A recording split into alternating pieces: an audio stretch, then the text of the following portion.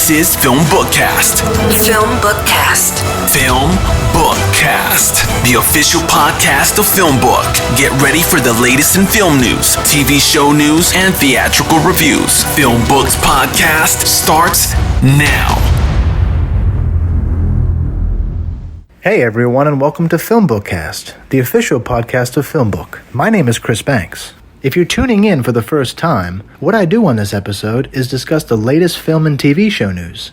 I also review an in-theater film.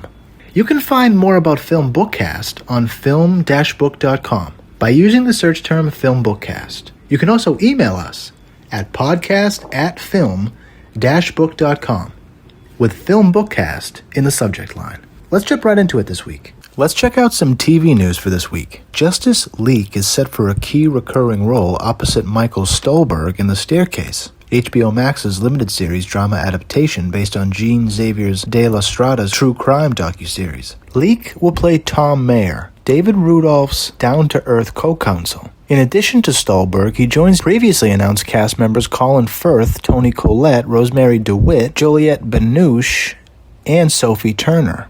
The 8-episode limited series is based on the docuseries and various books on the reports of the case of Michael Peterson, who was convicted in 2003 of murdering Kathleen 2 years earlier. The Staircase is written and executive produced by Campos and Cohen, who also serve as showrunners.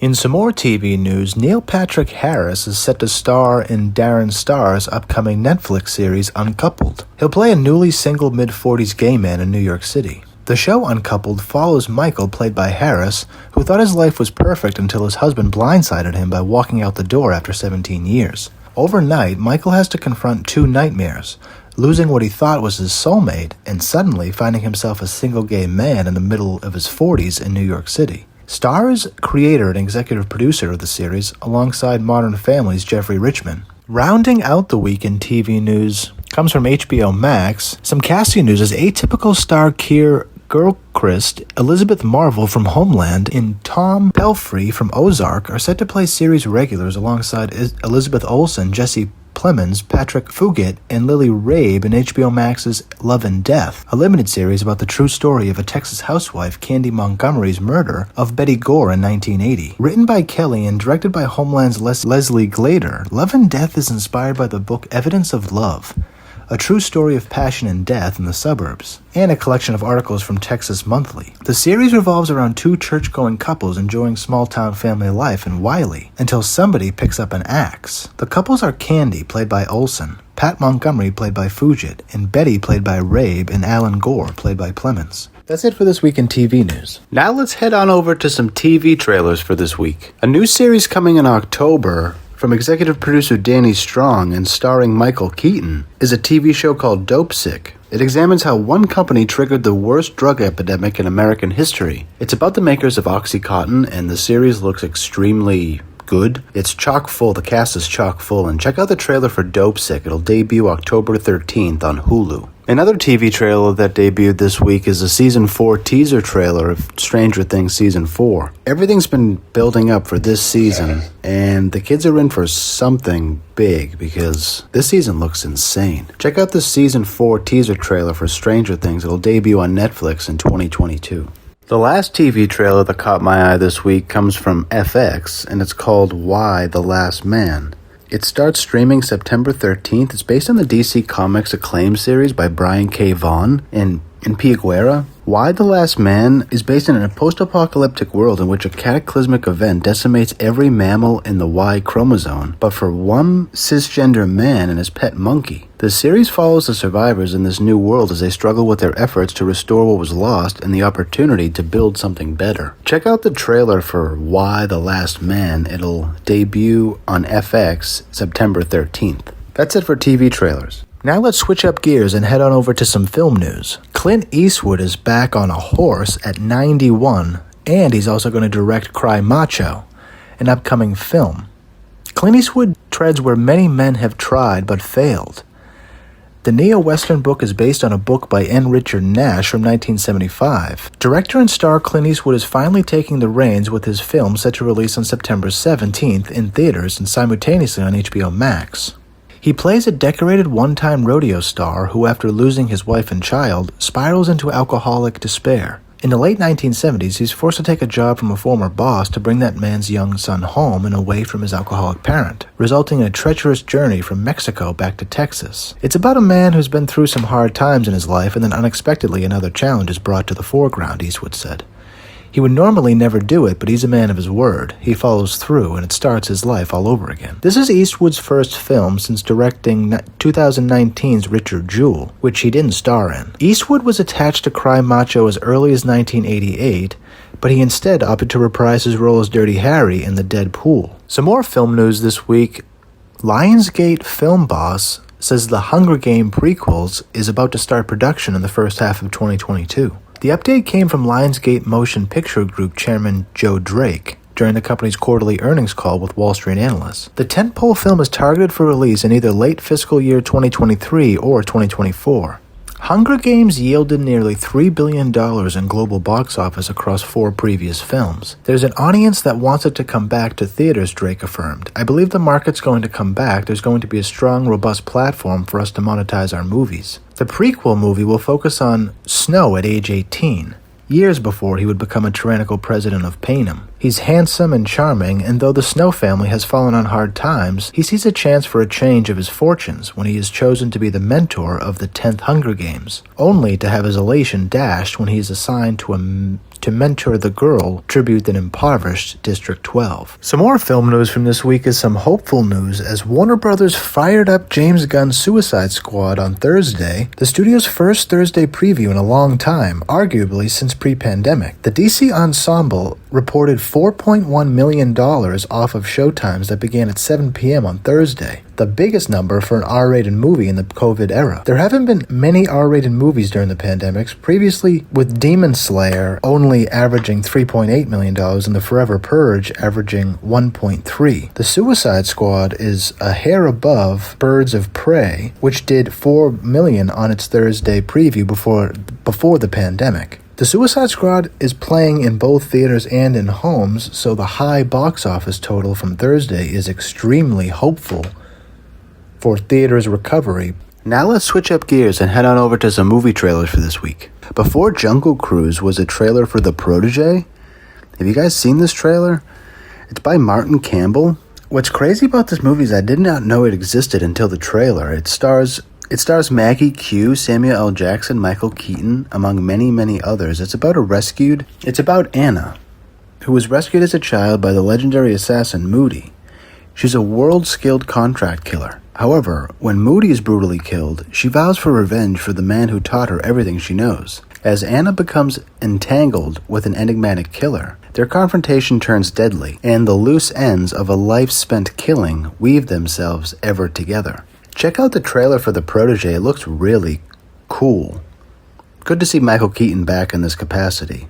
It'll come out August 20th. Check out the trailer for The Protege. Another trailer that debuted this week, and I talked about it in the news section. Clint Eastwood is back behind and in front of the camera in Cry Macho. The trailer for the film is really beautiful, and I urge everyone to see the trailer for Cry Macho, because Clint is back not only as a cowboy, not only as a tough guy, but it's very touching what the film is telling a story of, and I think it's going to be a really important movie. And this may be his last film, and I think it's such a beautiful way to see Clint Eastwood again. Check out the trailer for Cry Macho. It'll debut September 17th. Another trailer that popped on before Jungle Cruise was Free Guy. It's coming out August 13th. It's directed by Sean Levy.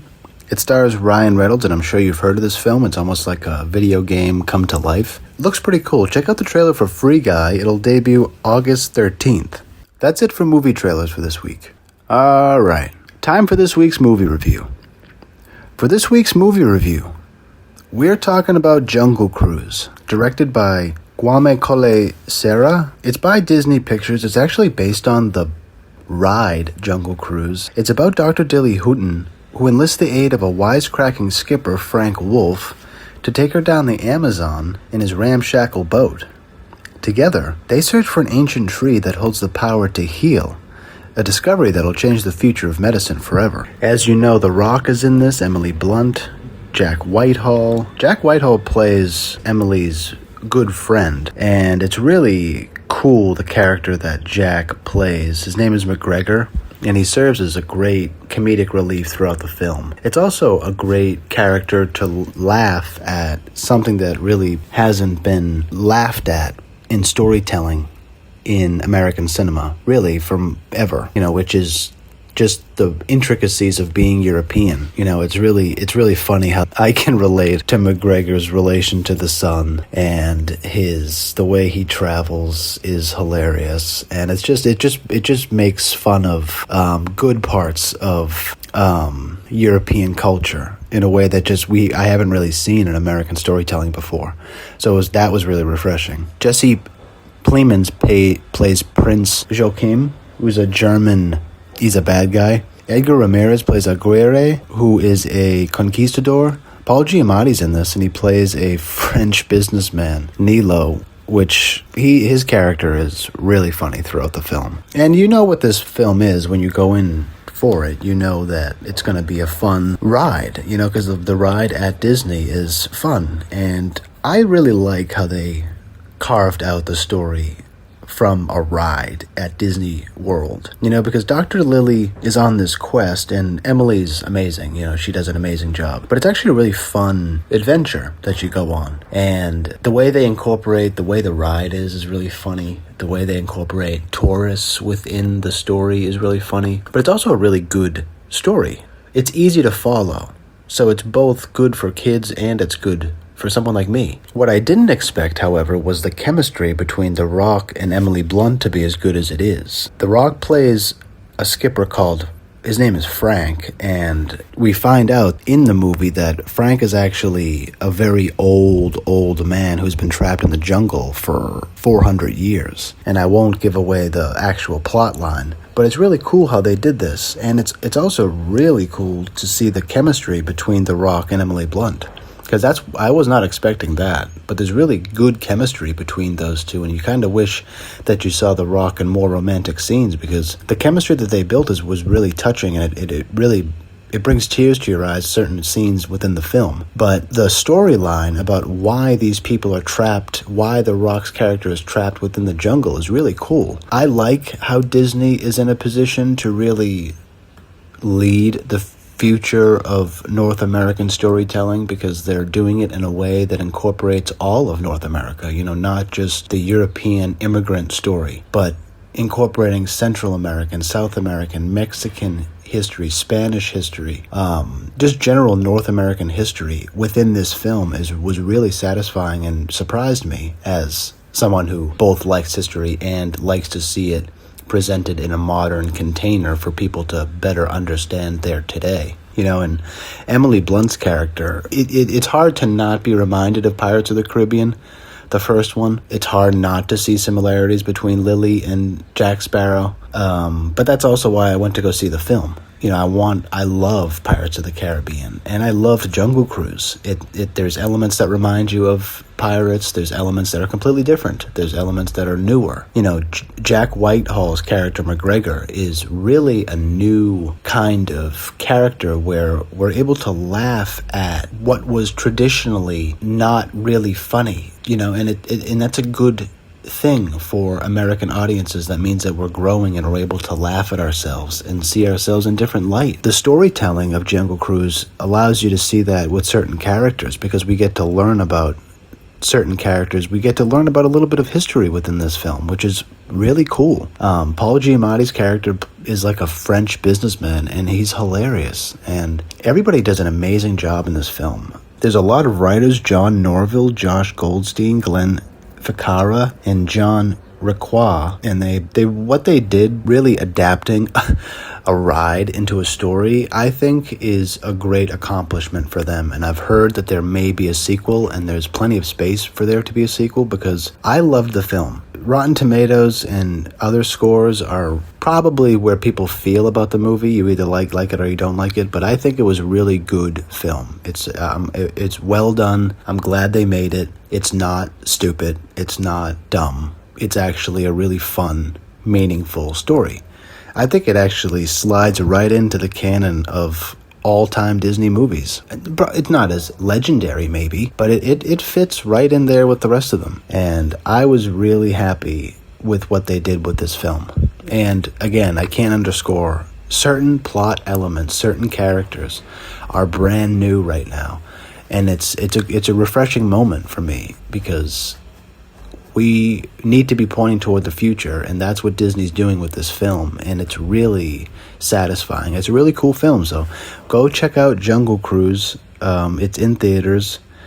It's also on Disney Plus if you want to pay that crazy amount of money. But I hope you like it as much as I did. Thanks so much for checking us out this week. Thanks so much for listening to this episode of FilmBookCast. You can find more of my work on film-book.com. Just search for Chris Banks or FilmBookCast. You can also find me on Twitter.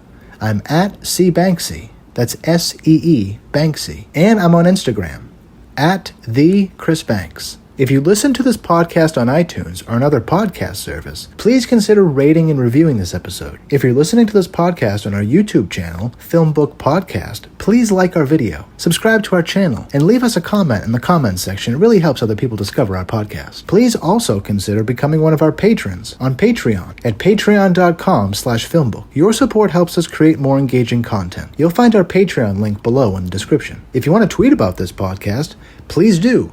Use the hashtag FilmBookCast. Tune in next week for the next episode of the FilmBookCast. Thanks for listening, everyone. We'll see you then.